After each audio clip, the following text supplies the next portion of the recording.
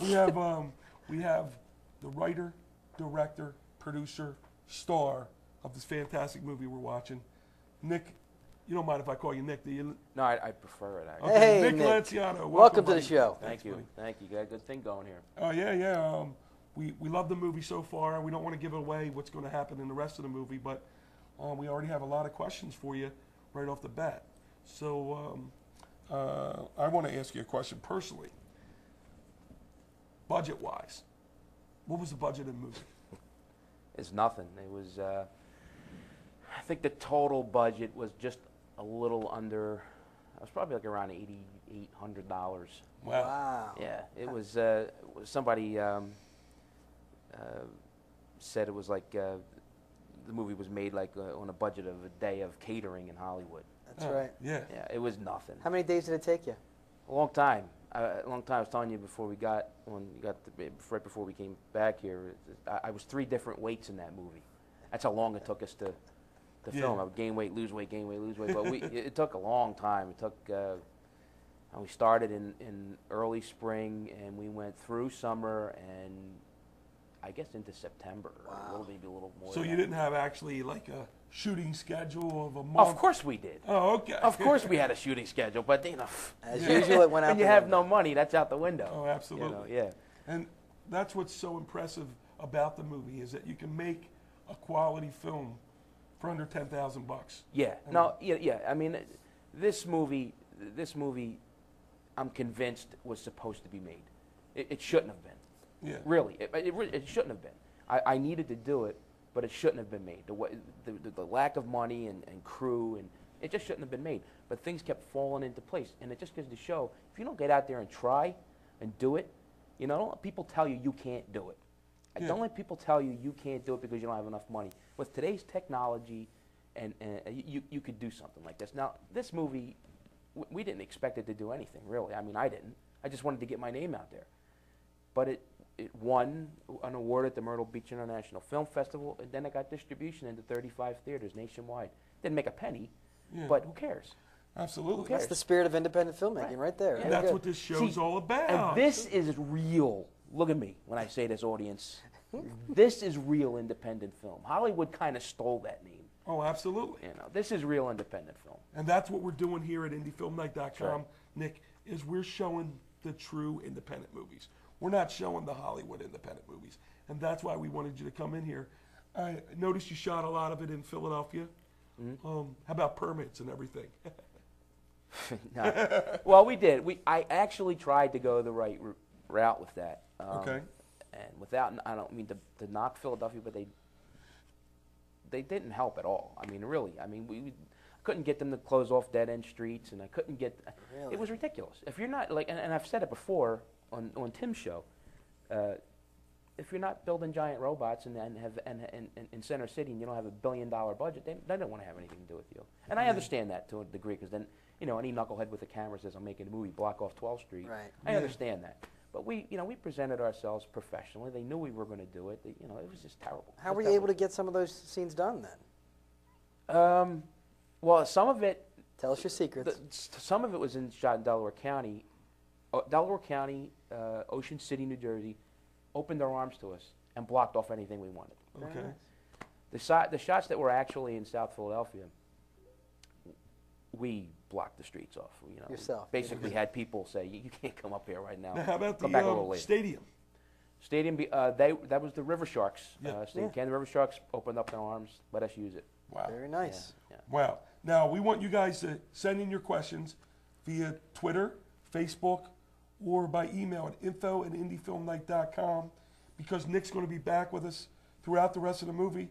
But it's time to get back to 9th and Bay, see the next segment. And Nick, you're going to stick around, right? Yeah, it's too cold out there. Okay. Great. Thanks a lot. Let's enjoy the next portion of the movie. We'll see you in a bit.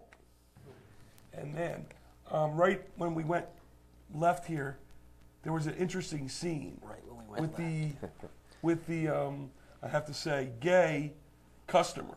You had to say it. I'm sorry. Come on, Nick. This is based on a true story. Tell us I was about going to it. say the naked guy, but go Okay. ahead. Absolutely true. Absolutely true, and I'm screwed up to this day. It was pretty traumatic. Yeah, I mean, we went. Me and my brother-in-law went to this house, and we went in. The guy was like, "All right, look, I gotta go. Get dressed. I got a party. We're going to." And I said, "All right, no problem." I found the problem real fast. It was just a bad connector. And the guy came out. Next time he came out, completely nude. Oh my goodness. And then we got him excited because we said, we're free. Hold on. Because we said free of charge. And then he starts jumping up and down, and we couldn't help it. The thing was like this. His trunk. Right. It just freaked me out. So, but yeah, Oh, actual true story. The guy was. So why didn't you completely- recreate it that way in the film? We said this was low budget, right? I couldn't pay the guy enough to. We appreciate you doing that for us. Yes, and we've been getting a lot of comments. I want to bring up one of them now. Robert Palillo. Yeah. He said he worked with you in the movie. He said you're a very true professional, and you're a great guy to boot. So Yeah, Bobby's So- a good guy. Wasn't he Horseshack in Welcome Back, Kotter? that's Ron Palillo. Ah. He's okay. actually the Bobcat. That's his brother. Yeah. Yeah. No, So- Bobby's a good guy. And talking about the cast, what did you guys do? How did you cast the film? Well, we didn't have to get anybody to play me. So Oh, that's pretty easy. Yeah. And then we had a couple auditions, and some I think we had the first audition, like 200 people show up. The second audition, a little less. Where'd you hold those? They were at a local Catholic school Okay. in their basement. I What's figured it I to paid you, enough huh? tuition. They at least owe me that. Hey, let me ask you a question. You said you played yourself. Was that a stretch? How deep did you have to get into that character? Everybody asked me that. No, really, everybody asked me Yeah. that, and they say, "Oh, but you weren't acting." Yeah, I was. It's still acting. It's I can't help it if I'm playing myself and I'm good at it. I can't help it. I That's tell just you me. what, It's just the way I tell am. you what, there's nobody that can play you better than you. That's right. I'm pretty sure about that. That's Pretty right. sure. But it is difficult though because what I found hard was you try to act like somebody else, Yeah. so you're not acting like yourself. Yeah, you got to just be natural. Yeah, and that's what I said. I said from here we're going to just going to act like myself and make the whole movie that way. And I also picked actors according to and that's kind of my style at the low budget end of filmmaking is I pick the actors by their personality. I don't want to stretch them too far to do things that they can't do, and then it looks ridiculous. So it was pretty easy to find that naked guy in the scene. He's actually not. It's the first time he ever acted. Oh, yeah? Tommy. Tommy's a good guy. Yeah. Yeah, he's a good guy. He's a hairdresser, but he's a good guy. He's a good guy. We had a good time with him. He's I was actually trying to. He was a little holding back a little bit from trying to be like a really the typical gay person. Flaming. Yeah. That Hollywood perceives. And I'm arguing with him. No, you have to do this. And then I would start acting. You're acting more gay than I. You're telling me how to be gay. It was really funny. He's a great guy. Yeah. Well, Beth Schuster from Philly writes, Nick, why did you want to play yourself, and were you nervous in front of the camera? I was never nervous in front of the camera. Never. I've always known I can act a little bit. This is the first time I ever did. I'm not saying that I'm like a Robert De Niro or anything like, but I always knew I would be comfortable in front of the camera because number one, I'm a ham, and number two, I practiced a lot when I was younger in the bathroom, looking in the mirror, and talking to myself. That's I what practiced a lot in the bathroom too, but I wasn't looking in the mirror. That R rated R. So I wanted to play myself for a couple reasons. It was a special film to me, and I had to play myself. Telling your story. Yeah, it had to be me, and And you're the one who wrote it. It's your movie, you know. Bill, I wish I didn't do all that because it could have been much better if I didn't do Yeah. everything. But I had no choice, Russ Ferrante co-directed the film. Thank God he was there Yeah. because I wouldn't have been able to get it done. Steve Olinsky helped me write it. Two great guys, matter of fact. Yeah, they are. I have a chance to meet them a couple different times, so They are. kudos out to Steve and Russ. But after that, and the makeup girl, Jenna Forsythe, she was awesome, and Alan Fenstermaker was like he's a really good PA. this little core stayed together through the whole thing, and it's all volunteered. And Yeah. that's what amazed me. Like the whole crew, it stuck together through the whole thing from beginning to end, and nobody got any money, and it was it was a ball. We had a really good Yeah. time. I got a question for you. Are you yourself connected? Because it looks like you went right to the mob and pulled those guys out of there. No can't comment. answer that. No I comment. understand. This might be your last interview, Paul. Yeah. What's the matter with you? Why are you talking like that? Hey, No. hey, They look great, right? Oh, They look were great. fantastic. Now, Dennis Williams, he said, have you ever tried to film in Delaware? Because, we have a lot less stringent rules here in Delaware. And, Funny you should bring it up. I mean, Bill, we're going to be working together on my next feature film that has a much bigger budget than this. This was $8,800, $8,900. we're going up to 12 grand. Like I'm only kidding. I'm Going only up kidding. to $300,000 Good. is the budget for the next movie, and we moving are on going now. to shoot it in Wilmington. The Absolutely. whole thing in Wilmington, We'll Delaware. be talking about that one coming up as well, for sure. Yep. For sure. But we don't want to miss the end of this movie. Fantastic last 20 minutes, really gripping end to this movie. So don't forget to watch this movie. Don't forget to send us questions in. You can send them in to Twitter, Facebook at Indie Film Night, and also don't forget email info@indiefilmnight.com. Nick's going to be here with us after the movie. We're going to finish and wrap up. So send your questions in. Let's watch. hopefully I'll still be here too. Yeah. I hope so. And the groundhog still going to be here as well. So let's watch the end of this movie and enjoy it. We'll be back in a few minutes. Fireman. Enjoy. Wow, that last portion of the movie really touched your heart, Nick. And that's what the whole movie was about. That last portion. And during the break, our sick director contacted me and said, I got to stop talking too much because my voice is going. So we're going to let Paul do most of the talking, but right. I'm going to ask you a question before that happens. How'd you come up with the title, Ninth and Bay? Well, that scene where we're sitting at the wall and me and my brother-in-law were arguing, not arguing. Yeah, there was an argument there. We when we worked in Ocean City, New Jersey, we always would take a break at lunch and go sit on the bay, and our problems would kind of like just disappear. I mean, we just loved it. We loved it there. I still do. However, that was at 13th and Bay. Okay. I didn't like the way it sounded, so I changed it to 9th and Bay. That's how the title. But the original plot for this movie, I mean, was completely off the wall. I mean, I only got to page 35, and then I was stuck for months and months and months. It just was like I had myself as an alcoholic, and like all this bizarre stuff. Me and my wife got in this big fight over it, and she's like, "What are you embarrassed of us?" And you don't want to mention your own family, and all that kind of stuff. And we got in this big fight. I'm like, "It's my movie," blah, blah. And then I'm like, you know what? She's right. That's why I'm stuck.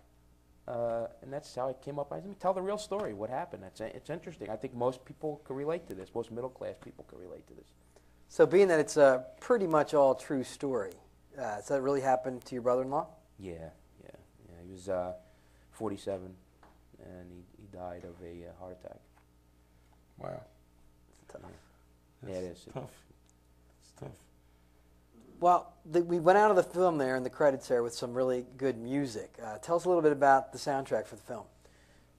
Most of the background music, the situation music during the scenes were purchased.